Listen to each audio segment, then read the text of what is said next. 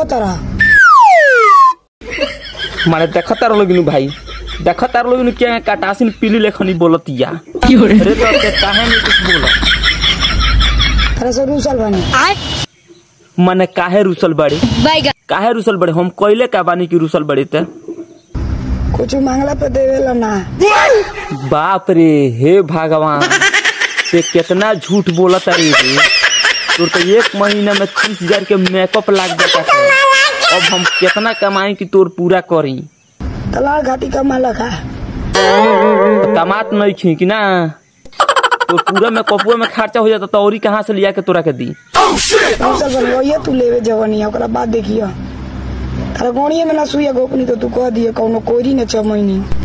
अच्छा जाए the sub कुछ हटावा तू तो हमार बाबू सोना करे जा सब कुछ तूहे हो अपना लेवे का बाबू के नहीं धनिया मुनिया टमाटर ले लियो